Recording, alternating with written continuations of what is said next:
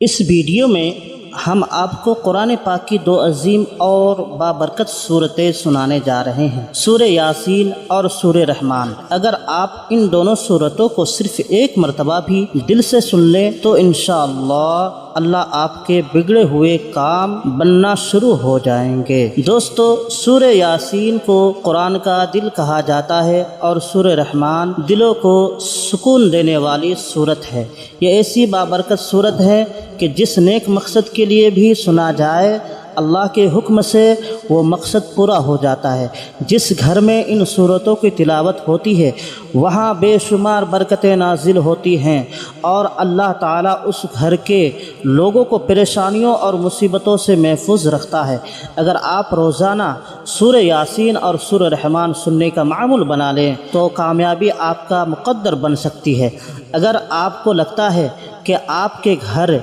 या कारोबार पर किसी का नज़र है, रिज़्क़ में तंगी है, तो अपने घर या दुकान में इन सूरतों को चलाएं। इंशाअल्लाह बुरी नज़र, जादू और दिगर मनफी असरात ख़त्म हो जाएंगे और रिज़्क़ में बेपनाह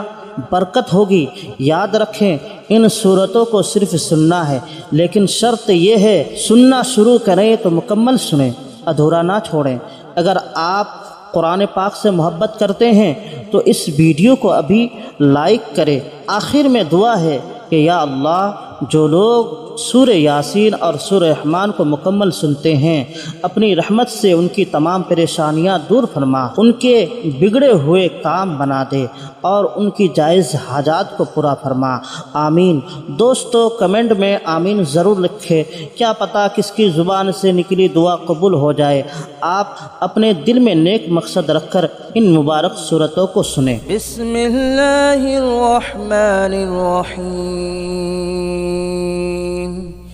यासीन वल क़ुरआनिल हकीम इन्नका लमिनल मुरसलीन अला सिरातिन मुस्तक़ीम तंज़ीलल अज़ीज़िर रहीम लितुंज़िर क़ौमन मा उन्ज़िर आबाउहुम फहुम गाफ़िलून। लक़द हक़्क़ल क़ौलु अला अक्सरिहिम फहुम ला युमिनून। इन्ना जअलना फ़ी अअनाक़िहिम अग़लालन फ़हिय इलल अज़क़ानि फ़हुम मुक़महून। वजअलना मिन बैन अयदीहिम सद्दन वमिन ख़ल्फ़िहिम सद्दन फ़अग़शयनाहुम फ़हुम ला युबसिरून। वसवाउन अलैहिम अअंज़रतहुम अम लम तुंज़िरहुम ला युमिनून। इन्नमा तुंज़िरु मन इत्तबअ अज़्ज़िक्र व ख़शिय अर्रहमान बिल्ग़ैब फ़बश्शिरहु बिमग़फ़िरतिन व अज्रिन करीम। इन्ना नहनु नुह्यिल मौता व नक्तुब मा क़द्दमू व आसारहुम व कुल्ल शैइन अहसयनाहु फ़ी इमामिन मुबीन। वضرب लहुम मसलन अस्हाबल क़रियह إذ جاءها المرسلون إذ أرسلنا إليهم اثنين فكذبوهما فعززنا بثالث فقالوا إنا إليكم مرسلون قالوا ما أنتم إلا بشر مثلنا وما أنزل الرحمن من شيء إن أنتم إلا تكذبون قالوا ربنا يعلم إنا إليكم لمرسلون وما علينا إلا البلاغ المبين قالوا إنا تطيرنا بكم لئن لم تنتهوا لنرجمنكم وليمسنكم منا عذاب أليم قالوا طائركم معكم أئن ذكرتم بل أنتم قوم مسرفون وجاء من أقصى المدينة رجل يسعى قال يا قوم اتبعوا المرسلين اتبعوا من لا يسألكم أجرا وهم مهتدون وما لي لا أعبد الذي فطرني وإليه ترجعون أأتخذ من دونه آلهة إن يردني الرحمن بضر لا تغن عني شفاءتهم شيئا ولا ينقذون إني إذا لفي ضلال مبين إني آمنت بربكم فاسمعون قيل ادخل الجنة قال يا ليت قومي يعلمون بما غفر لي ربي وجعلني من المكرمين وما أنزلنا على قومه من بعده من جود من السماء وما كنا منزلين إن كانت إلا صيحة واحدة فإذا هم خامدون يا حسرة على العباد ما يأتيهم من رسول إلا كانوا به يستهزئون ألم يروا كم أهلكنا قبلهم من القرون أنهم إليهم لا يرجعون وإن كل لما جميع لدينا محضرون وآية لهم الأرض الميتة أحييناها وأخرجنا منها حبا فمنه يأكلون وجعلنا فيها جنات من نخيل وأعناب وفجرنا فيها من العيون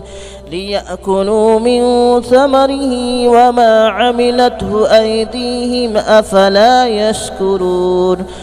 سبحان الذي خلق الأزواج كلها مما تنبت الأرض ومن أنفسهم ومما لا يعلمون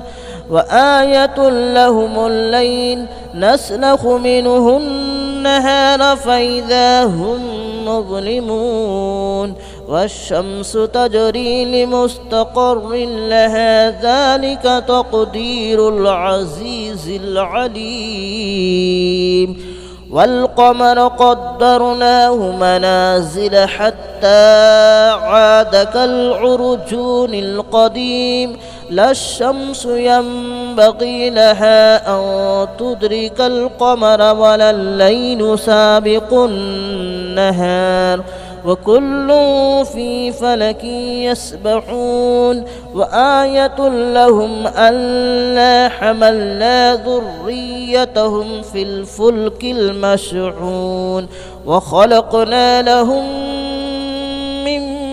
مثله ما يركبون وإن نشأ نغرقهم فلا صريخ لهم ولا هم ينقذون إلا رحمة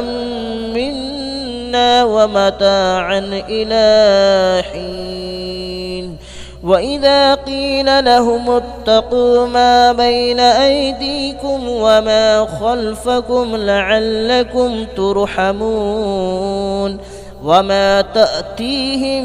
من آية من آيات ربهم إلا كانوا عنها معرضين وإذا قيل لهم أنفقوا مما رزقكم الله قال الذين كفروا للذين آمنوا أنطعم من لو يشاء الله أطعمه إن أنتم إلا في ضلال مبين ويقولون متى هذا الوعد إن كنتم صادقين ما ينظرون إلا صيحة واحدة تأخذهم وهم يخصمون فلا يستطيعون توصية ولا إلى أهلهم يرجعون ونفخ في الصور فإذا هم من الأجداث إلى ربهم ينسلون قالوا يا ويلنا من بعثنا من مرقدنا هذا ما وعد الرحمن وصدق المرسلون إن كانت إلا صيحة واحدة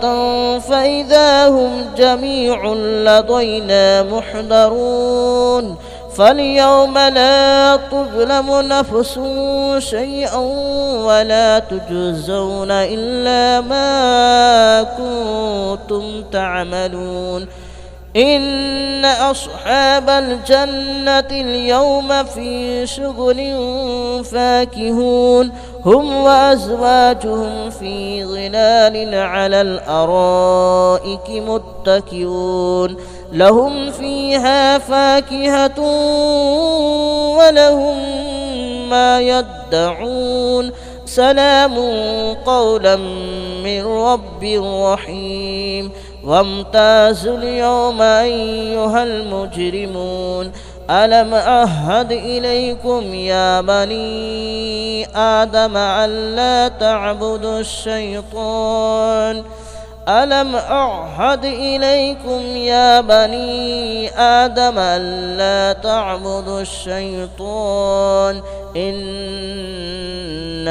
لكم عدو مبين وأن اعبدوني هذا صراط مستقيم ولقد أضل منكم جبلا كثيرا أفلم تكونوا تعقلون هذه جهنم التي كنتم توعدون اصلوها اليوم بما كنتم تكفرون اليوم نختم على أفواههم وتكلمنا أيديهم وتشهد أرجلهم بما كانوا يكسبون ولو نشاء لطمسنا على أعينهم فاستبقوا الصراط فأنى يبصرون ولو نشاء لمسخناهم على مكانتهم فما استطاعوا مضيا ولا يرجعون ومن نعمره ننكسه في الخلق أفلا يعقلون وما علمناه الشعر وما ينبغي له إن هو إلا ذكر وقرآن مبين لينذر من كان حيا ويحق القول على الكافرين أولم يروا أنا خلقنا لهم مما عملت أيدينا أنعاما فهم لها مالكون وذللناها لهم فمنها ركوبهم ومنها يأكلون ولهم فيها منافع ومشارب أفلا يشكرون واتخذوا من دون الله آلهة لعلهم ينصرون لا يستطيعون نصرهم وهم لهم جند محضرون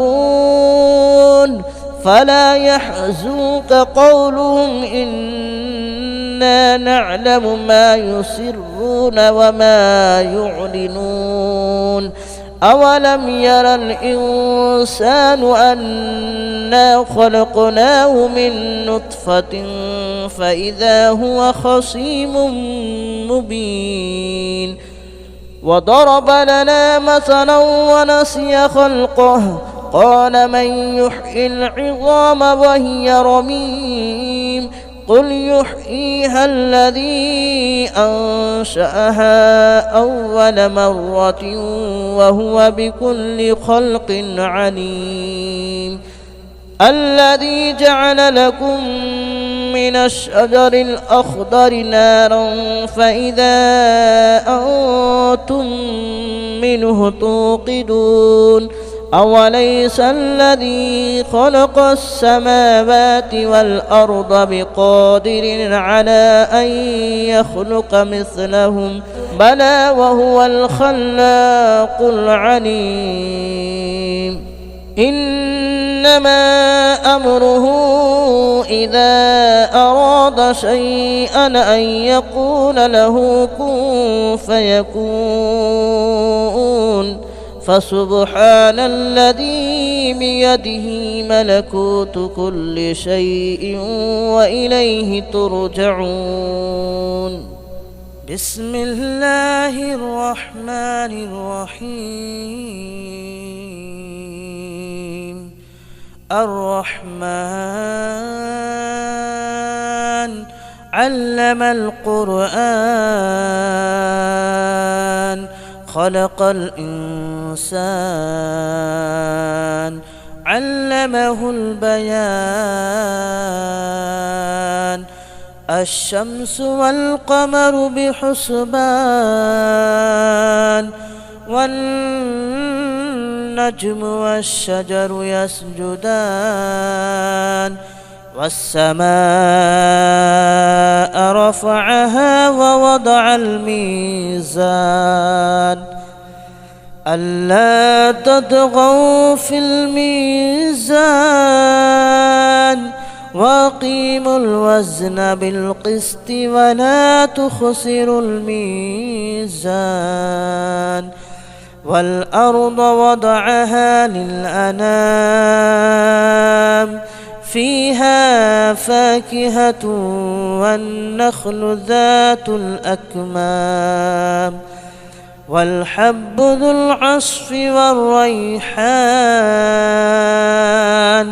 فبأي آلاء ربكما تكذبان خلق الإنسان من صلصال كالفخار وخلق الجان من مارج من نار فبأي آلاء ربكما تكذبان رب المشرقين ورب المغربين فبأي آلاء ربكما تكذبان مرج البحرين يلتقيان بينهما برزخ لا يبغيان فبأي آلاء ربكما تكذبان يخرج منهما اللؤلؤ والمرجان فبأي آلاء ربكما تكذبان وله الجوار المنشآت في البحر كالأعلام فبأي آلاء ربكما تكذبان كل من عليها فان ويبقى وجه ربك ذو الجلال والإكرام فبأي آلاء ربكما تكذبان يسأله من في السماوات والأرض كل يوم هو في شأن فبأي آلاء ربكما تكذبان سنفرغ لكم أيها الثقلان فبأي آلاء ربكما تكذبان يا معشر الجن والإنس إن استطعتم أن تنفذوا من أقطار السماوات والأرض فانفذوا لا تنفذون إلا بسلطان فبأي آلاء ربكما تكذبان يرسل عليكما شواظ من نار ونحاس فلا تنتصران فبأي آلاء ربكما تكذبان فإذا انشقت السماء فكانت وردة كالدهان فبأي آلاء ربكما تكذبان فيومئذ لا يسأل عن ذنبه إنس ولا جان فبأي آلاء ربكما تكذبان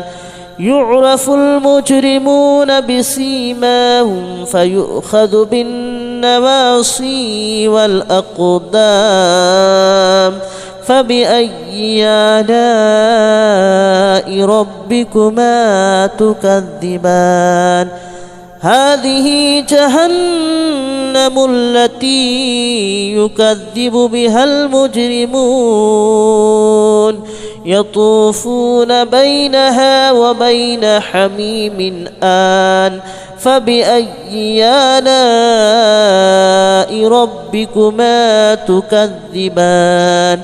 ولمن خاف مقام ربه جنتان فبأي آلاء ربكما تكذبان ذواتا أفنان فبأي آلاء ربكما تكذبان فيهما عينان تجريان فبأي آلاء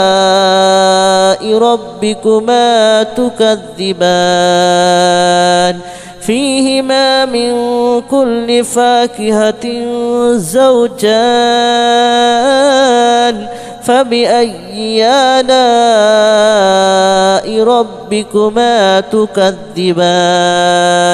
متكئين على فرش بطائنها من استبرق وجنى الجنتين دان فبأي آلاء ربكما تكذبان فيهن قاصرات الطرف لم يطمثهن إنس قبلهم ولا جان فبأي آلاء ربكما تكذبان كأنهن الياقوت والمرجان فبأي آلاء ربكما تكذبان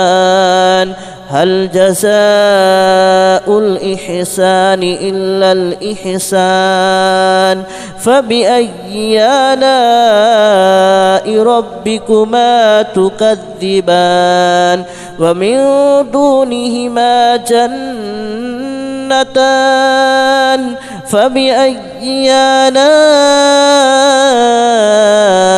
ربكما تكذبان مدهامتان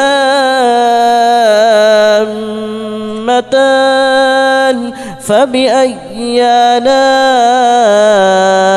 ربكما تكذبان فيهما عينان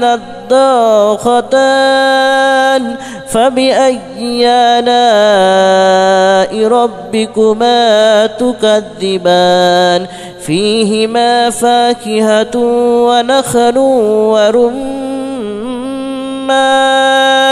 فبأي آلاء ربكما تكذبان فيهن خيرات حسان فبأي آلاء ربكما تكذبان حور مقصورات في الخيام فبأي آلاء ربكما تكذبان لم يطمثهن إنس قبلهم ولا جان فبأي آلاء ربكما تكذبان متكئين على رفرف خضر وأبقري حسان فبأي آلاء ربكما تكذبان تبارك اسم ربك ذي الجلال والإكرام بسم الله الرحمن الرحيم إذا وقعت الواقعة ليس لوقعتها كاذبة خافضة رافعة إذا رجت الأرض رجا وبست الجبال بسا فكانت هباء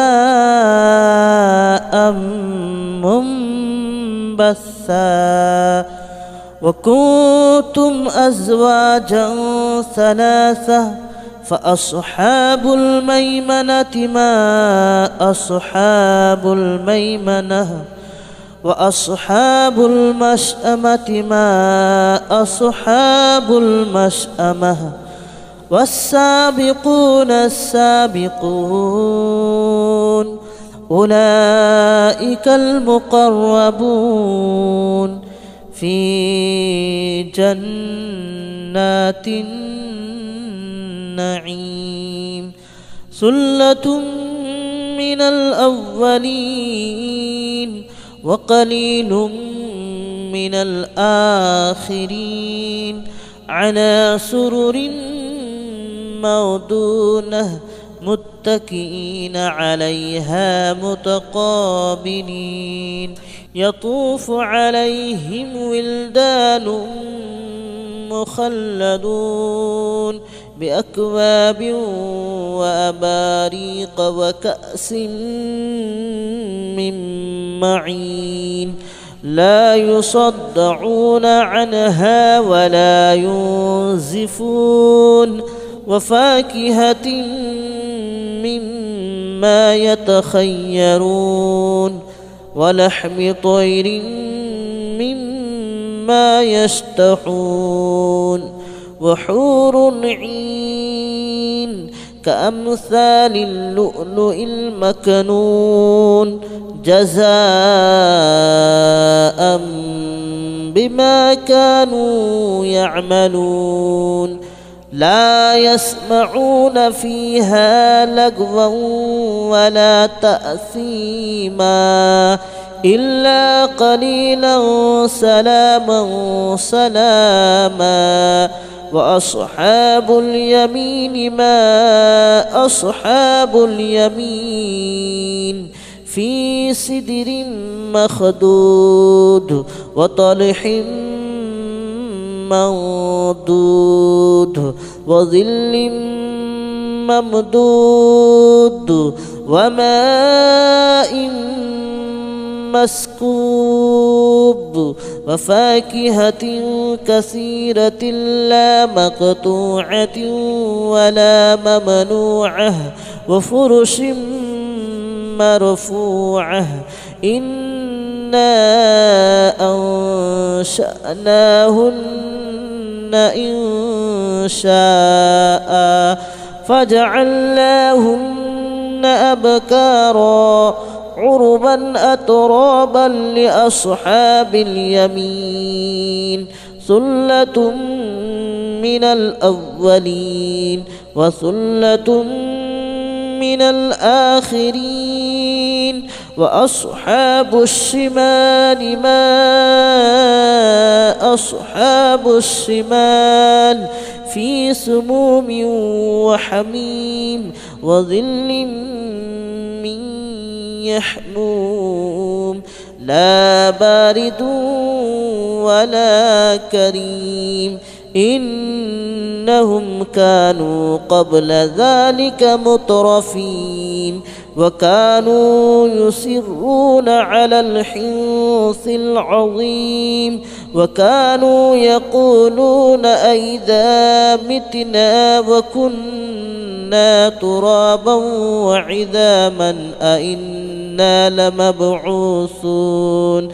أو آباؤنا الأولون قل إن الأولين والآخرين لمجموعون إلى ميقات يوم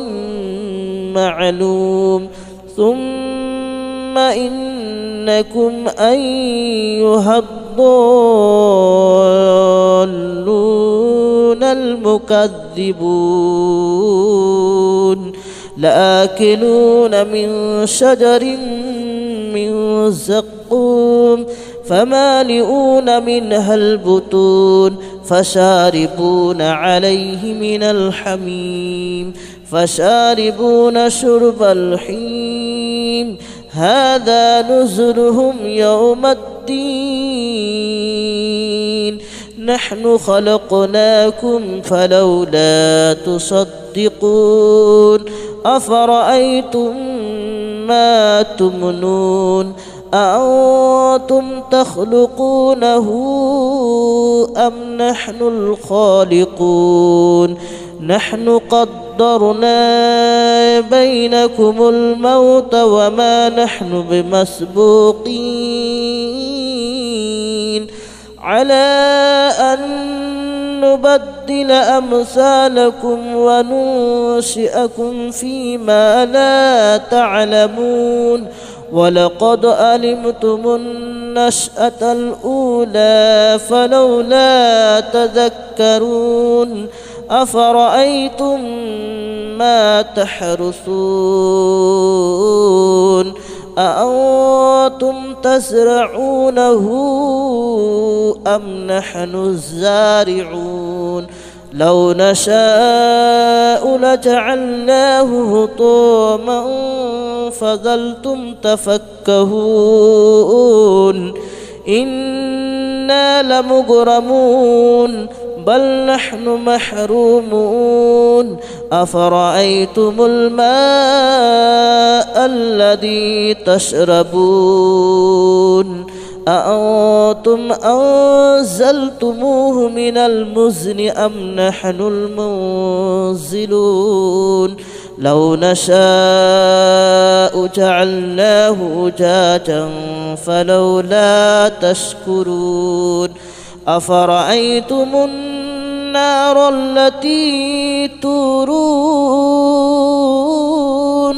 أأنتم أنشأتم شجرتها أم نحن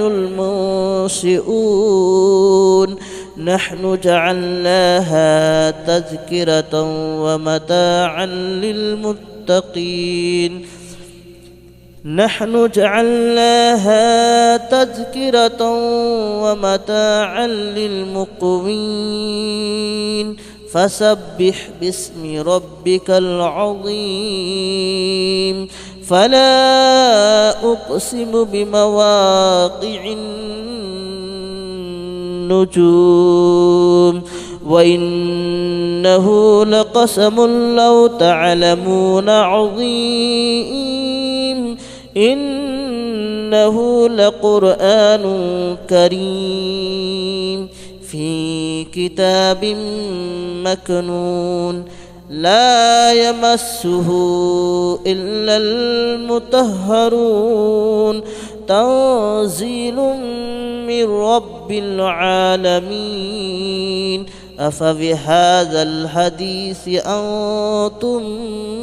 مدهنون وتجعلون رزقكم أنكم تكذبون فلولا إذا بلغت الحلقوم وأنتم حينئذ تنظرون ونحن أقرب إليه منكم ولكن لا تبصرون فلولا إن كنتم غير مدينين ترجعونها إن كنتم صادقين فأما إن كان من المقربين فروح وريحان وجنة نعيم وأما إن كان من أصحاب اليمين فسلام لك من أصحاب اليمين وأما إن كان من المكذبين الضالين فنزل من حميم وتصلية جحيم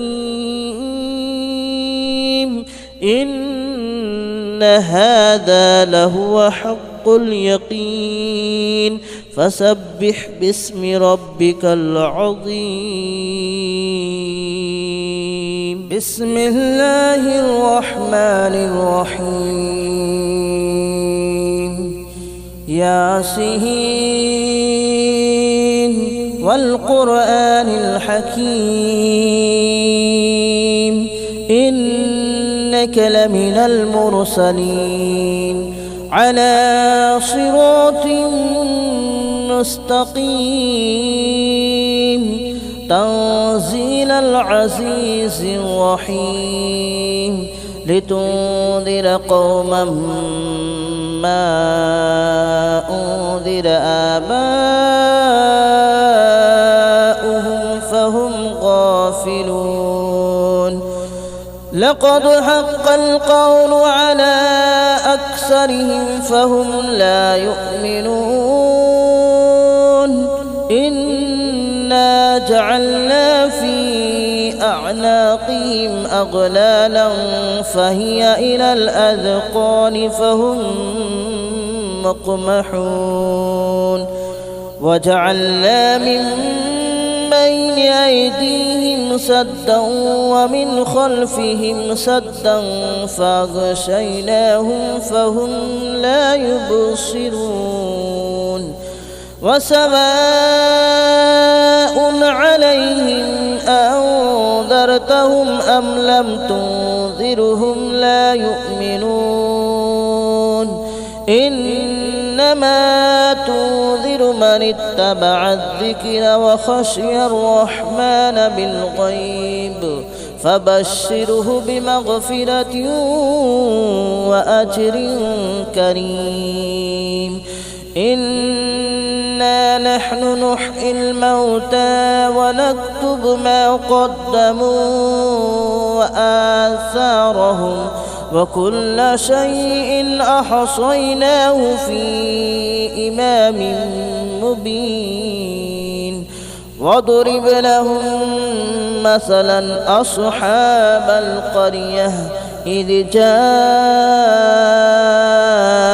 المرسلون إذ أرسلنا إليهم اثنين فكذبوهما فعززنا بثالث فقالوا إنا إليكم مرسلون. قالوا ما أنتم إلا بشر مثلنا وما أنزل الرحمن من شيء إن أنتم إلا تكذبون. قالوا ربنا يعلم إنا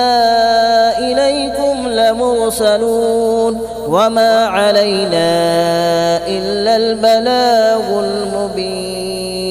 قالوا إنا تطيرنا بكم لئن لم تنتهوا لنرجمنكم وليمسنكم منا عذاب أليم. قالوا طائركم معكم أئن ذكرتم بل أنتم قوم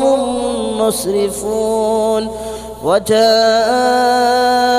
من أقصى المدينة رجل يسعى قال يا قوم اتبعوا المرسلين اتبعوا من لا يسألكم أجرا وهم مهتدون. وما لي لا أعبد الذي فطرني وإليه ترجعون. أأتخذ من دونه آلهة إن يردني الرحمن بضر لا تغن عني شفاءتهم شيئا ولا ينقذون.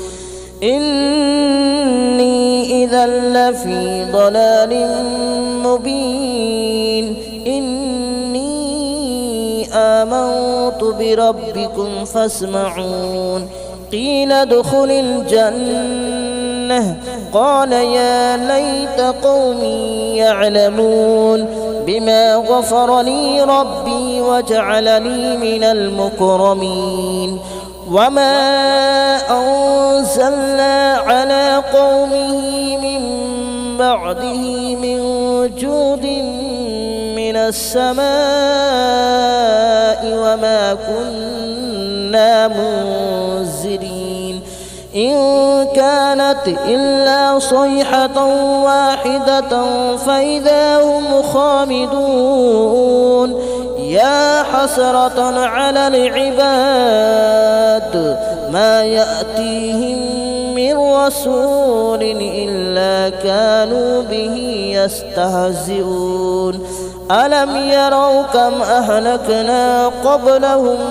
من القرون أنهم إليهم لا يرجعون. وإن كل لما جميع لدينا محضرون. وآية لهم الأرض الميتة أحييناها وأخرجنا منها حبا فمنه يأكلون. وجعلنا فيها جنات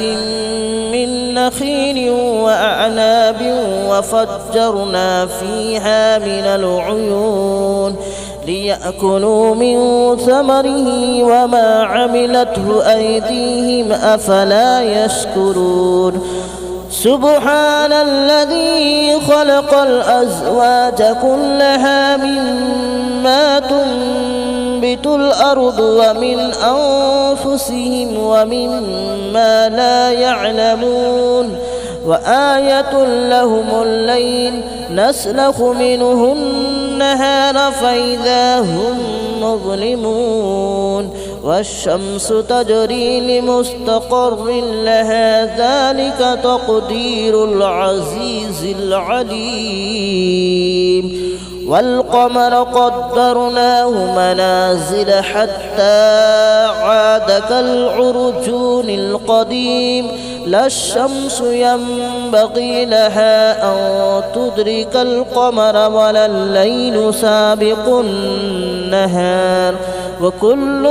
في فلك يسبحون وآية لهم ألا حملنا ذريتهم في الفلك المشحون وخلقنا لهم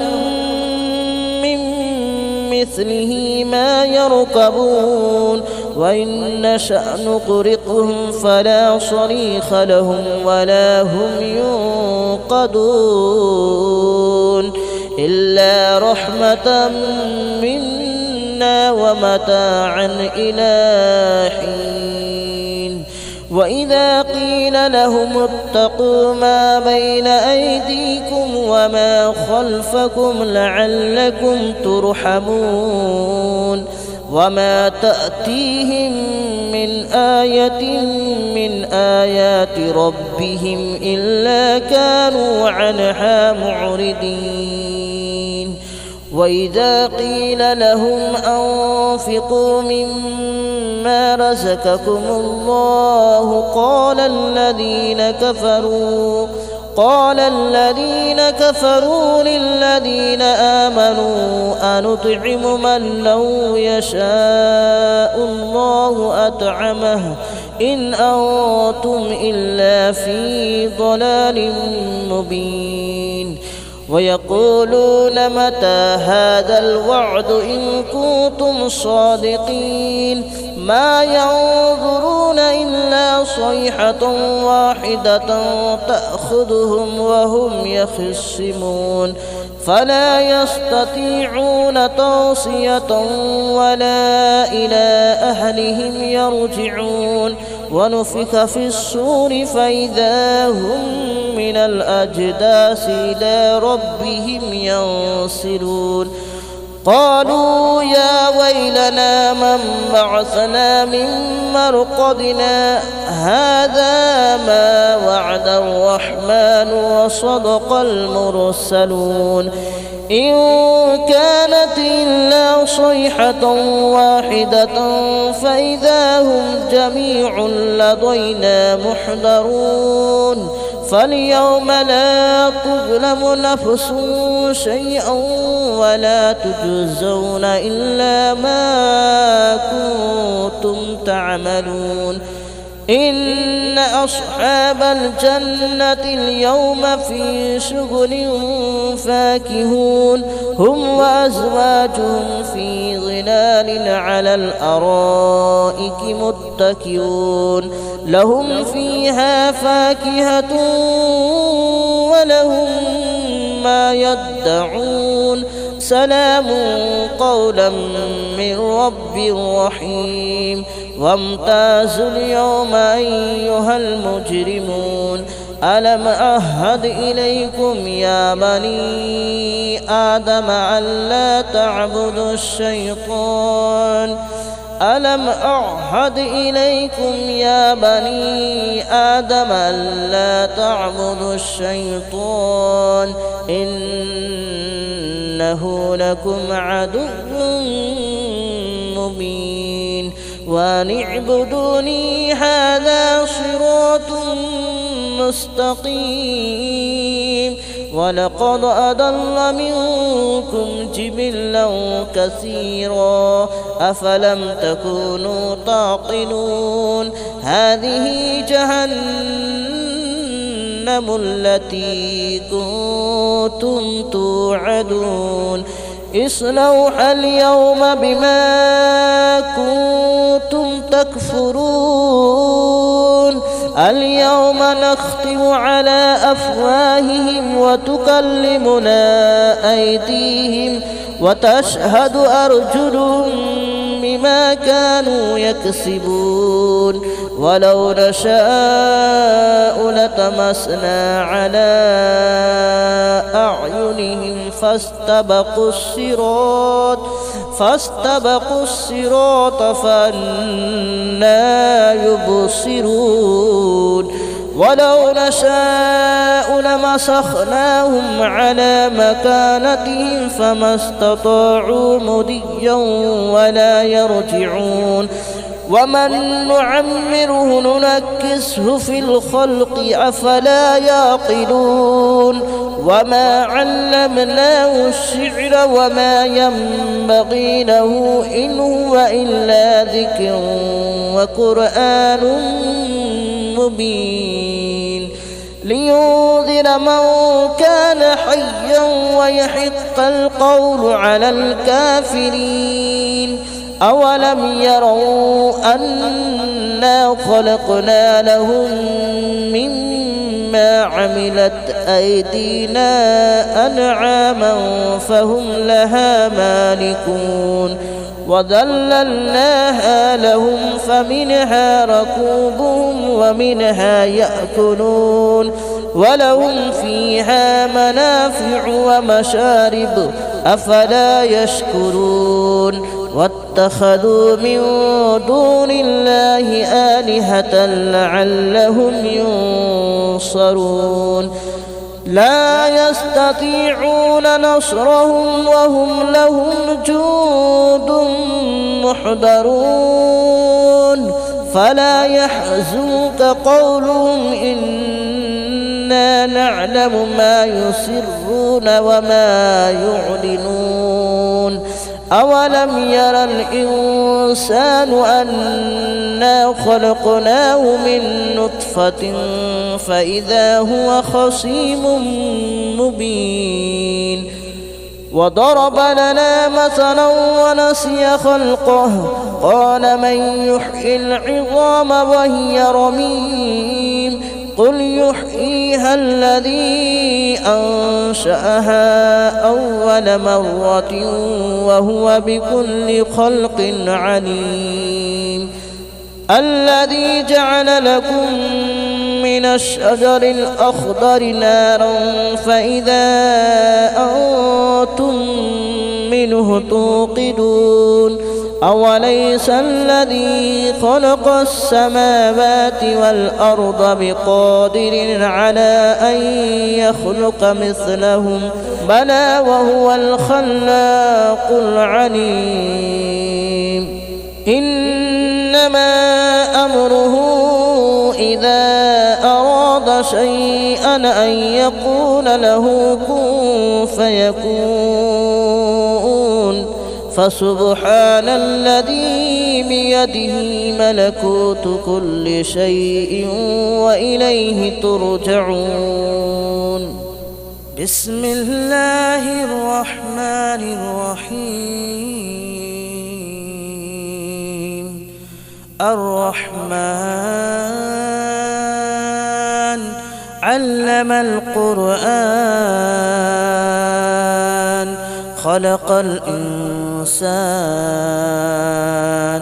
علمه البيان الشمس والقمر بحسبان والنجم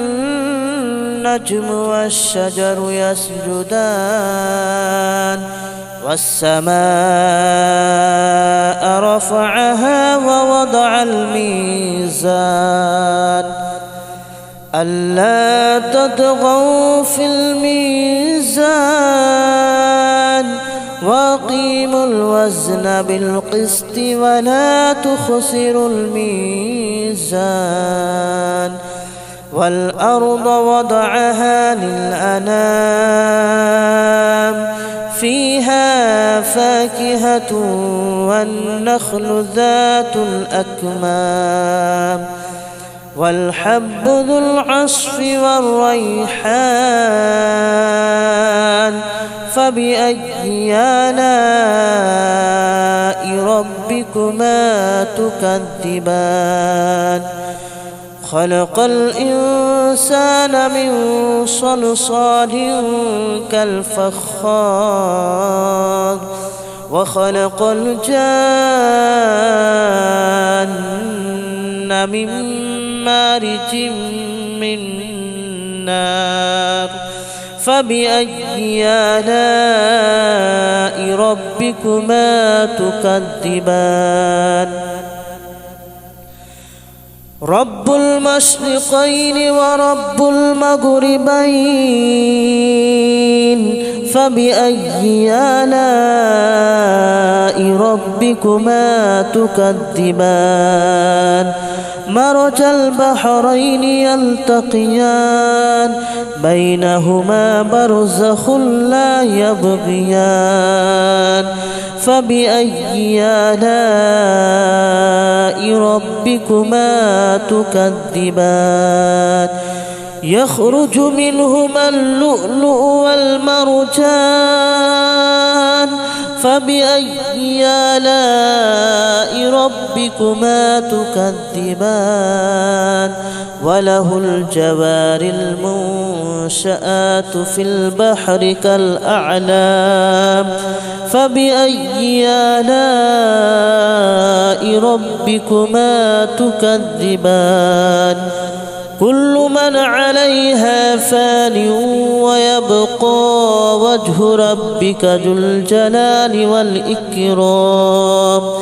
فبأي آلاء ربكما تكذبان يسأله من في السماوات والأرض كل يوم هو في شأن فبأي آلاء ربكما تكذبان سنفرغ لكم أيها الثقلان فبأي آلاء ربكما تكذبان يا معشر الجن والإنس إن استطعتم أن تنفذوا من أقطار السماوات والأرض فانفذوا لا تنفذون إلا بسلطان فبأي آلاء ربكما تكذبان يرسل عليكما شواظ من نار ونحاس فلا تنتصران فبأي آلاء ربكما تكذبان فإذا انشقت السماء فكانت وردة كالدهان فبأي آلاء ربكما تكذبان فيومئذ لا يسأل عن ذنبه إنس ولا جان فبأي آلاء ربكما تكذبان يعرف المجرمون بسيماهم فيؤخذ بالنواصي والأقدام فبأي آلاء ربكما تكذبان هذه جهنم التي يكذب بها المجرمون يطوفون بينها وبين حميم آن فبأي آلاء ربكما تكذبان ولمن خاف مقام ربه جنتان فبأي آلاء ربكما تكذبان ذواتا أفنان فبأي آلاء ربكما تكذبان فيهما عينان عينان تجريان فبأي آلاء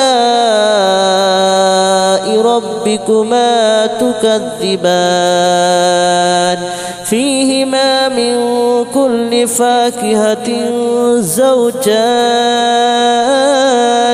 فبأي آلاء ربكما تكذبان متكئين على فرش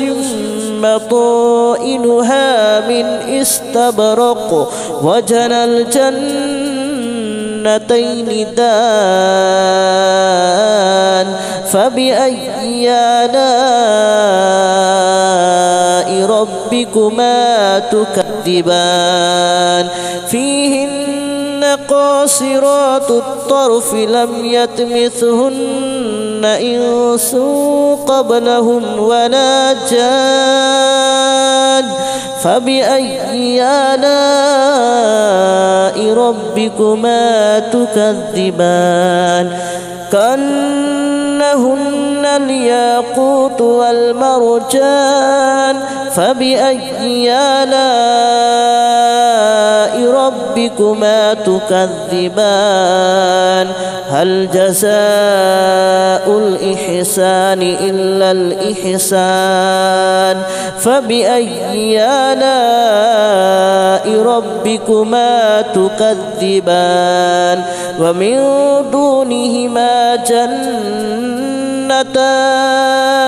فبأي آلاء ربكما تكذبان مدهامتان فبأي آلاء ربكما تكذبان فيهما عينان نضاختان فبأي آلاء ربكما تكذبان فيهما فاكهة ونخل ورمان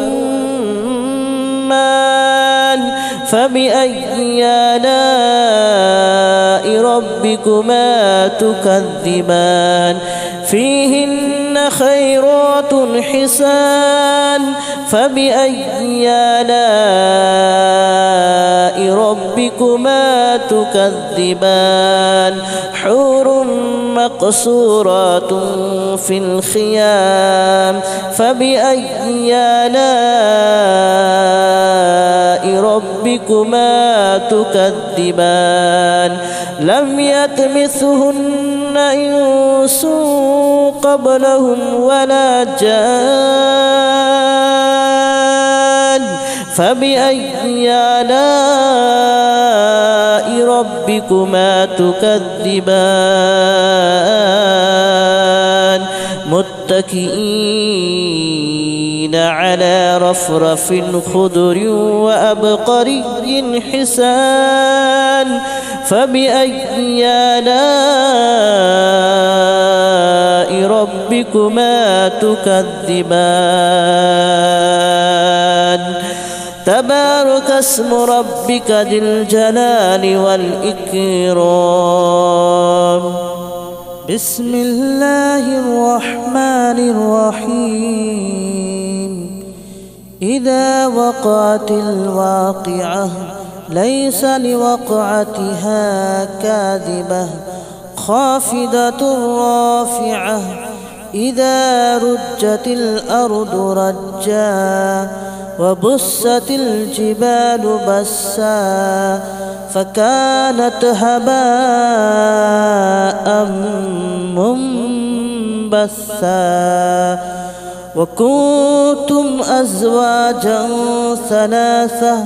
فأصحاب الميمنة ما أصحاب الميمنة وأصحاب المشأمة ما أصحاب المشأمة والسابقون السابقون أولئك المقربون في جنات النعيم ثلة من الأولين وقليل من الآخرين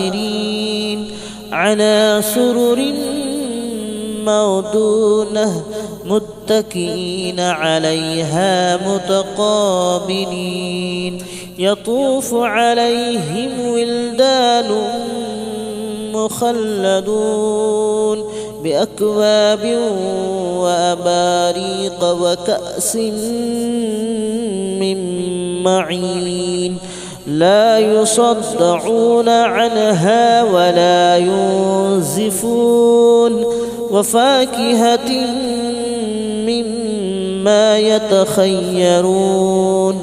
ولحم طير مما يشتهون وحور عين كأمثال اللؤلؤ المكنون جزاء بما كانوا يعملون لا يسمعون فيها لغوا ولا تأثيما إلا قليلا سلاما سلاما وأصحاب اليمين ما أصحاب اليمين في سدر مخضود وطلح منضود وظل ممدود وماء مسكوب وفاكهة كثيرة لا مقطوعة ولا ممنوعة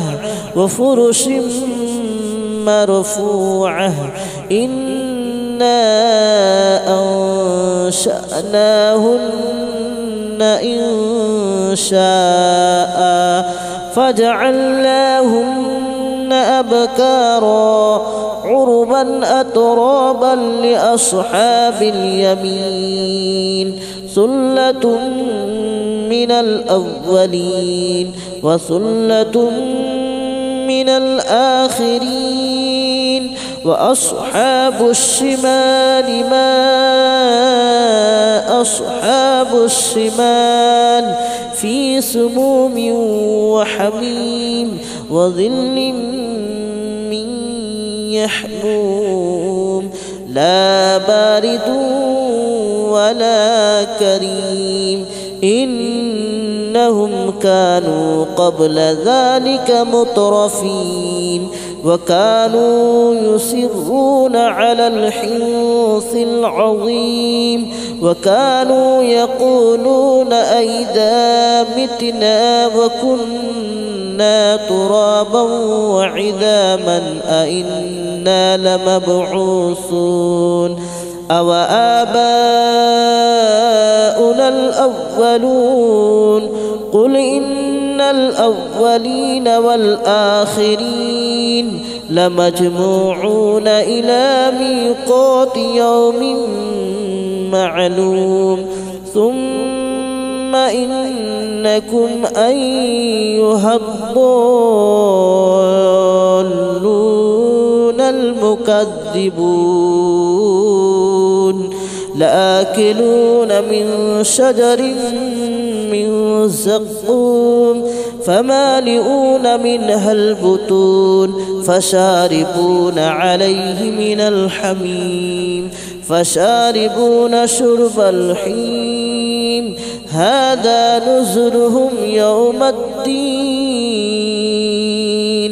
نحن خلقناكم فلولا تصدقون أفرأيتم ما تمنون أأنتم تخلقونه أم نحن الخالقون نحن قدرنا بينكم الموت وما نحن بمسبوقين على أن نبدل نستبدل أمثالكم وننشئكم فيما لا تعلمون ولقد علمتم النشأة الأولى فلولا تذكرون أفرأيتم ما تحرثون أأنتم تزرعونه أم نحن الزارعون لو نشاء لجعلناه هطاما فظلتم تفكهون إنا لمغرمون بل نحن محرومون أفرأيتم الماء الذي تشربون أأنتم أنزلتموه من المزن أم نحن المنزلون لو نشاء جعلناه أجاجا فلولا تشكرون أفرأيتم النار التي تورون أأنتم أنشأتم شجرتها أم نحن المنشئون نحن جعلناها تذكرة ومتاعا للمتقين نحن جعلناها تذكرة ومتاعا للمقوين فسبح باسم ربك العظيم فلا أقسم بمواقع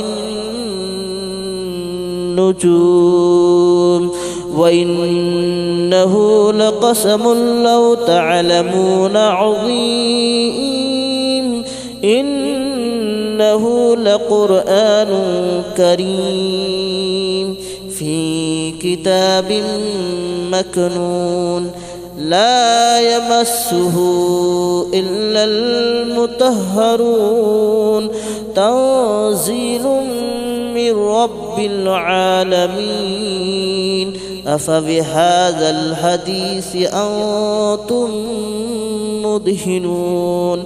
وتجعلون رزقكم أنكم تكذبون فلولا إذا بلغت الحلقوم وأنتم حينئذ تنظرون ونحن أقرب إليه منكم ولكن لا تبصرون فلولا إن كنتم غير مدينين ترجعونها إن كنتم صادقين فأما إن كان من المقربين فروح وريحان وجنة نعيم وأما إن كان من أصحاب اليمين فسلام لك من أصحاب اليمين وأما إن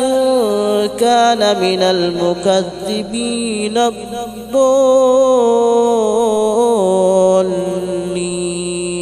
فنزل من حميم وتصلية جحيم إن هذا لهو حق اليقين فسبح باسم ربك العظيم بسم الله الرحمن الرحيم ياسين والقرآن الحكيم إنك لمن المرسلين على صراط مستقيم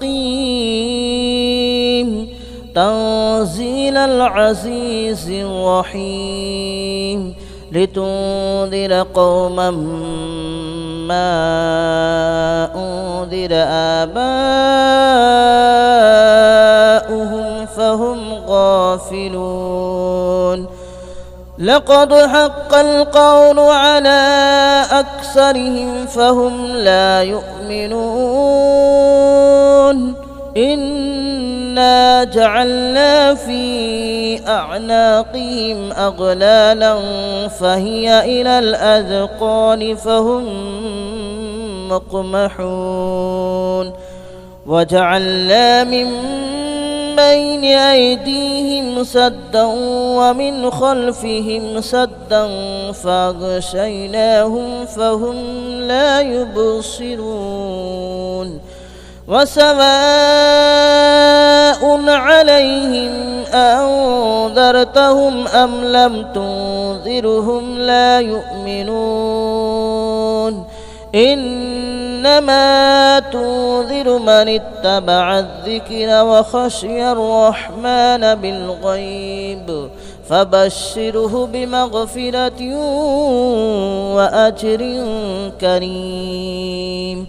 إنا نحن نحيي الموتى ونكتب ما قدموا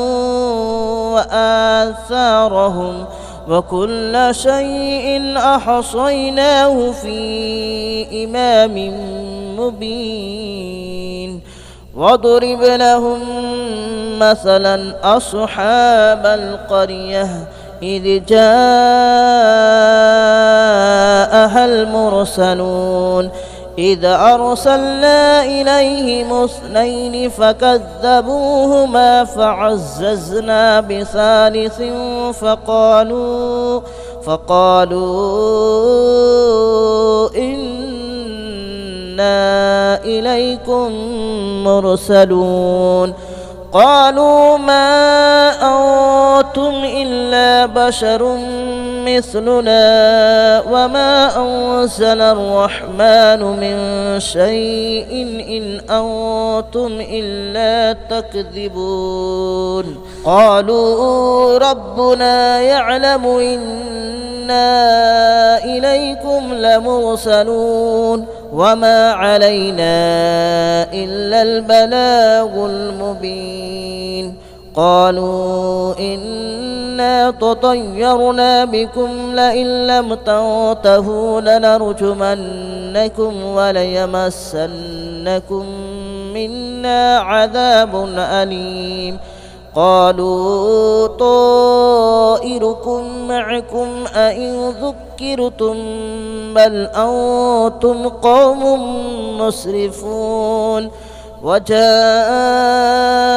من أقصى المدينة رجل يسعى قال يا قوم اتبعوا المرسلين اتبعوا من لا يسألكم أجرا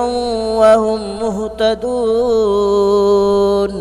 وما لي لا أعبد الذي فطرني وإليه ترجعون أأتخذ من دونه آلهة إن يردني الرحمن بضر لا تغن عني شفاءتهم شيئا ولا ينقذون إني إذا لفي ضلال مبين إني آمنت بربكم فاسمعون قيل ادخل الجنة قال يا ليت قومي يعلمون بما غفر لي ربي وجعلني من المكرمين وما أنزلنا على قومه من بعده من جود من السماء وما كنا منزلين إن كانت إلا صيحة واحدة فإذا هم خامدون يا حسرة على العباد ما يأتيهم من رسول إلا كانوا به يستهزئون ألم يروا كم أهلكنا قبلهم من القرون أنهم إليهم لا يرجعون وإن كل لما جميع لدينا محضرون وآية لهم الأرض الميتة أحييناها وأخرجنا منها حبا فمنه يأكلون وجعلنا فيها جنات من نخيل وأعناب وفجرنا فيها من العيون ليأكلوا من ثمره وما عملته أيديهم أفلا يشكرون سبحان الذي خلق الأزواج كلها مما تنبت الأرض ومن أنفسهم ومما لا يعلمون وآية لهم الليل نسلخ منه النهار فإذا هم مظلمون والشمس تجري لمستقر لها ذلك تقدير العزيز العليم والقمر قدرناه منازل حتى عاد كالعرجون القديم لا الشمس ينبغي لها أن تدرك القمر ولا الليل سابق النهار وكل في فلك يسبحون وآية لهم ألا حملنا ذريتهم في الفلك المشحون وخلقنا لهم من مثله ما يركبون وإن نشأ نغرقهم فلا صريخ لهم ولا هم ينقذون إلا رحمة منا ومتاعا إلى حين وإذا قيل لهم اتقوا ما بين أيديكم وما خلفكم لعلكم ترحمون وما تأتيهم من آية من آيات ربهم إلا كانوا عنها معرضين وإذا قيل لهم أنفقوا مما رزقكم الله قال الذين كفروا للذين آمنوا أنطعم من لو يشاء الله أطعمه إن أنتم إلا في ضلال مبين ويقولون متى هذا الوعد إن كنتم صادقين ما ينظرون إلا صيحة واحدة تأخذهم وهم يخصمون فلا يستطيعون توصية ولا إلى أهلهم يرجعون ونفخ في الصور فإذا هم من الأجداث إلى ربهم ينسلون قالوا يا ويلنا من بعثنا من مرقدنا هذا ما وعد الرحمن وصدق المرسلون إن كانت إلا صيحة واحدة فإذا هم جميع لدينا محضرون فاليوم لا تظلم نفس شيئا ولا تجزون إلا ما كنتم تعملون إن أصحاب الجنة اليوم في شغل فاكهون هم وأزواجهم في ظلال على الأرائك متكئون لهم فيها فاكهة ولهم ما يدعون سلام قولا من رب رحيم وامتازوا اليوم أيها المجرمون ألم أعهد إليكم يا بني آدم ألا تعبدوا الشيطان ألم أعهد إليكم يا بني آدم ألا تعبدوا الشيطان إنه لكم عدو مبين وأن اعبدوني هذا صراط مستقيم ولقد أضل منكم جبلا كثيرا أفلم تكونوا تعقلون هذه جهنم